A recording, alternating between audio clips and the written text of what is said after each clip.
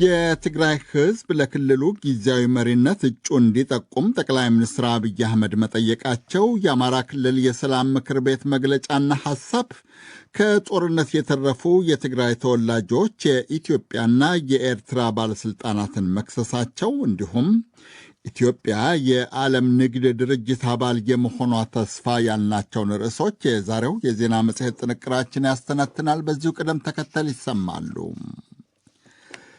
ለትግራይ ጊዜያዊ አስተዳደር ፕሬዝደንትነት ለመሰየም የክልሉ ህዝብ በኢሜይል እጩዎችን እንዲጠቁም ጠቅላይ ሚኒስትር አብይ አህመድ ጠየቁ። ትግራይ ውስጥ በሚሊዮን የሚቆጠር ህዝብ አሁንም ከቤት ንብረቱ እንደተፈናቀለ ነው።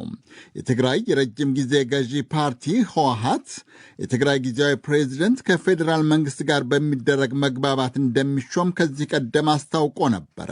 ጠቅላይ ሚኒስትሩ ግን አሁን ህዝብ በኢሜይል እጩ ይጠቆም ነው ያሉት። የመቀሌው ወኪላችን ሚሊዮን ኃይለሥላሴ በዚህ ጉዳይ ላይ የህግ ምሁር አነጋግሮ ተከታዩን ዘገባ ልኮልናል።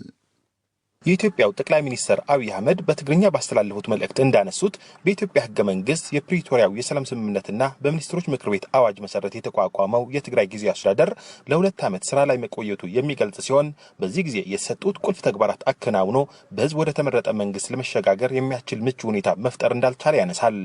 በዚህ መሰረት የትግራይ ጊዜያዊ አስተዳደር የስልጣን ጊዜው በ1 ዓመት ለማራዘም የግድ ሆኖ እንዳለም ያመለክታል።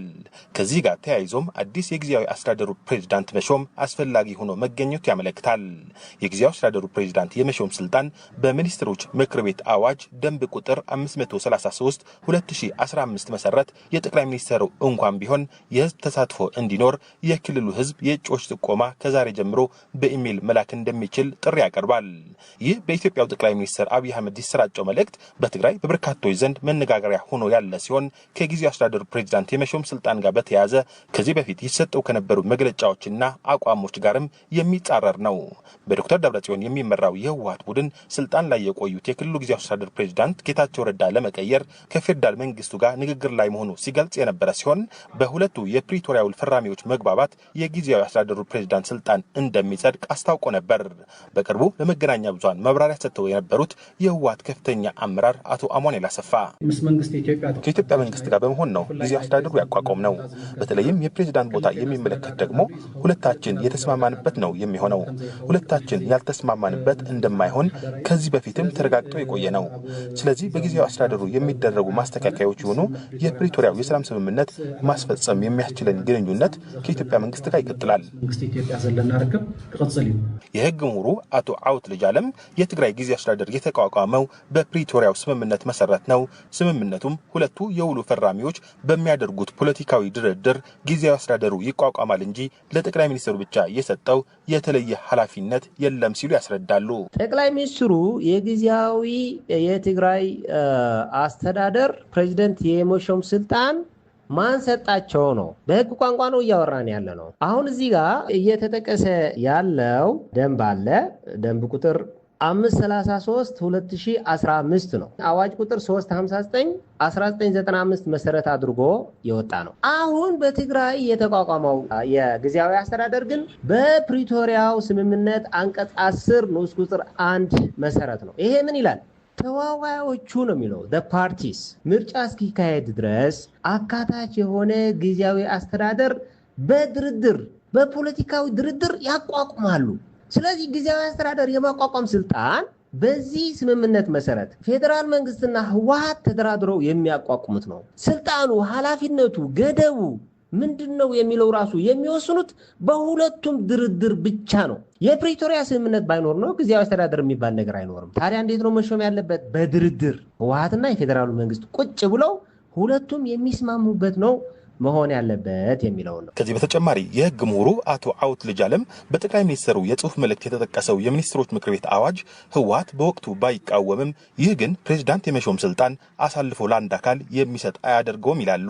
ባይዘው ደንብ የወጣ ፕሬዝዳንት ጌታቸው ረዳ ከተሾመ በኋላ ነው። ላይ ከ3-4 ወር በኋላ ማለት ነው። እኔ ኬዝ ግን ደንቡ ሲወጣ ህወሓት ዝም ማለቱን እኮ የፕራይም ሚኒስትሩን ስልጣን ተቀብለዋል ማለት ነው ልንል እንችላለን። ኦኬ፣ ይሄ አንድ የክርክር መንገድ ነው። ኦኬ፣ ዝም ስላለ ህወሓት ስልጣን ሊሰጠው ይችላል ወይ በዝምታ የሚለው ነው። አሁን እዚህ ኦኬ አይ ወደ ችግር ይከተናል፣ እንደዚህ አይነት ነገር ይፈጥራል፣ ግንኙነታችን ያሻክራል፣ በተለያየ መንገድ ዝም ሊል ይችላል። ዝም ስላለ ስልጣን አለው ሊባል አይችልም። ለምንድነው ዝም ያለው? እውቀት አንሶት ነው? ፈርቶ ነው? ሌላ ነገር አለ የሚል እንግዲህ እነሱ ነው የሚያውቁት። በዚህ ጉዳይ ዙሪያ ከህወሓት ወገን ተጨማሪ መረጃ ለማግኘት ያደረግነው ጥረት አልተሳካም። ለዲ.ደብልዩ ዘገባ ሚሊዮን ኃይለሥላሴ መቀለ። የኢትዮጵያ መንግስት ጦርና የፋኖ ታጣቂዎች አማራ ክልል የሚያደርጉትን ውጊያ በድርድር ለማስቆም እየጣረ መሆኑን የክልሉ የሰላም ምክር ቤት በድጋሚ አስታወቀ። የሁለቱ ወገኖች ውጊያ የብዙ ሰዎችን ሕይወት አጥፍቷል። በሚሊዮን የሚቆጠር ሕዝብን ኑሮ እያመሰቃቀለ ነው። የኢትዮጵያን ሁለተኛ ትልቅ ክልልም አውድሟታል። የሰላም ምክር ቤቱ ከተመሠረተ 9ኛ ወሩን ያስቆጥሯል። ምክር ቤቱን አንዳንዶች የመንግሥት ጉዳይ አስፈጻሚ፣ ሌሎች ደግሞ እስካሁን ሰላም ለማስፈን የጠቀመው ነገር የለም በማለት ይወቅሱታል። የምክር ቤቱ መሪዎች እንደሚሉት ግን ጥረታቸው እንደቀጠለ ነው። ተፋላሚዎችን ለሰላማዊ ድርድር ዝግጁ ናቸው ይላሉ። አለምነው መኮንን ዝርዝር ዘገባ ልኮልናል። በአማራ ክልል በፋኖ ኃይሎችና በመንግስት የጸጥታ ኃይሎች መካከል የተጀመረው ግጭትና ጦርነት 2 ዓመት እየሞላው ነው። ጦርነቱን በድርድርና በውይይት ለመፍታት ሰኔ 18 2016 ዓ.ም የአመቻችነት ሚና የተሰጠው የአማራ ክልል የሰላም ምክር ቤት ተመስርቶ ስራዎችን እየሰራ እንደሆነ የምክር ቤቱ ሰብሳቢ አቶ ያየህራድ በለጠ ለዶቼ ቬለ ተናግረዋል። ሁለቱም አካላት ለውይይትና ለድርድር ፈቃደኝነታቸውን እንዳሳዩ ነው ሰብሳቢው የገለጹት። ሰላም ካውንስል ያወጣውን የሰላም እና የንግግር የድርድር ሀሳብና መግለጫ የሚቀበሉ መሆናቸውን ገልጸውልናል። የፌዴራል መንግስትም በየጊዜው ለሰላምና ለድርድር ምቹ ሁኔታ እንዲፈጠርም በማድረግ ረገድ ለንግግርም ለውይይትም ዝግጁ መሆኑን በተደጋጋሚ ገለጽ ነው የቆየው። በፋኖ ወገኖቻችንም በኩል በምናደርገው ግንኙነት ድርድርን እንደማይጠሉ፣ ውይይትን እንደማይጠሉ፣ በንግግር ችግሩ ቢፈታ ጥሩ ነው የሚል ሀሳብ አላቸው። አንዱ ሌላውን ያለማመን አዝማሚያ እስካሁን ለውይይት መቅረብ እንዳላስቻለ ጠቁመው ታጣቂዎች በሚፈልጓቸው በሌሎች አገሮችና አደራዳሪዎች አማካኝነት ድርድሮች እንዲደረጉ መንግስት ፈቃደኛ መሆኑን አቶ ያየህራድ አመልክተዋል። መንግስት መደራደር ከሚፈልግ አካል ጋር ቁጭ ብሎ መደራደር እንደሚፈልግ ተቀብሎታል። ኔዘርላንድ ቢሉ ኔዘርላንድ መንግስት ነው በቀጥታ ዋስትና የሚወስደው። ለምን መንግስት በእነዚህ አማካኝነት መተማመኑ ስለሌለ፣ ሁለቱም ስለማይተማመኑ ኢንተርናሽናል ኮሚቴ የምንላቸው እነሱ ዋስትና ይሰጧቸዋል። በሰላም ካውንስሉ አማካኝነት ዋስትና ያገኛሉ። በዋስትናው መሰረት በቀጥታ በውጭ ሀገር ባሉ መንግስታት ዋስትና አማካኝነት ሁለቱ ይደራደራሉ ማለት ነው በፈለጉት ቦታ።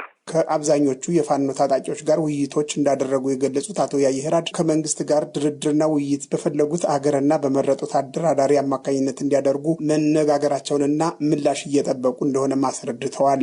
ወደ ንግግር የምትመጡ ከሆነ ለመተማመን በፈለጋችሁት አይነት የውጭ ሀገር መንግስት እና ተቋማት እነዚህ ኢንተርናሽናል ኮሚኒቲው ጋር በአውሮፓ ህብረት ይሁን በአፍሪካ ህብረት ይሁን በዩናይትድ ስቴትስ ኦፍ አሜሪካ ይሁን በኢጋድ በኩል ይሁን በሚፈልጉት ወላ ሀገሮችም ራሳቸው ተነጥለው ከአውሮፓ ህብረትም ከኔ የተሻለ ነው ቢፈልጉ ኔዘርላንድ ይበሉ፣ ቢፈልጉ ማንንም ይበሉ፣ ቡልጋሪያን ይበሉ፣ ሊያደራድረን ይችላል፣ ዋስትና ሊሰጠን ይችላል በሚሉት መንግስት አማካይነት ጥያቄያቸውን ይዘው ቀርበው በጠረጴዛ ዙሪያ ላይ በዓለም አቀፍ ስታንዳርድ ደረጃውን በጠበቀ መንገድ በዛ ዋስትና መሰረት ወደ ድርድሩ ብለናቸዋል። ይህንን ሀሳብ ገና እንግዲህ እየተነጋገርንበት ነው የሚሉት፣ እየተወያየን ነው የሚሉት። ተወያይተን ምላሽ እንሰጣቸዋለን የሚል ነገር አለ። ሰብሳቢው ሁሉም አካላት ከልብ ለእውነተኛ ውይይትና ድርድር በመዘጋጀት የህዝቡ ስቃይ እንዲቆም የበኩላቸውን እንዲወጡ ጠይቀዋል። የዓለም አቀፍን አጠቃላይ ስታንዳርድ ደረጃን በጠበቀ መንገድ ወደ ውይይት ቢመጡ፣ ወደ ንግግር ቢመጡ የዚህ ህዝብ ሰቆቃ እንዲያበቃ ከልባቸው ሁሉም ወገኖች ጉዳዩን በጥሞና ተረድተው የዚህን ህዝብ አሁን ያለበትን ችግር እንዲፈቱ ቢደረግ ጥሩ ነው የሚል መልእክት ላስተላልፍ።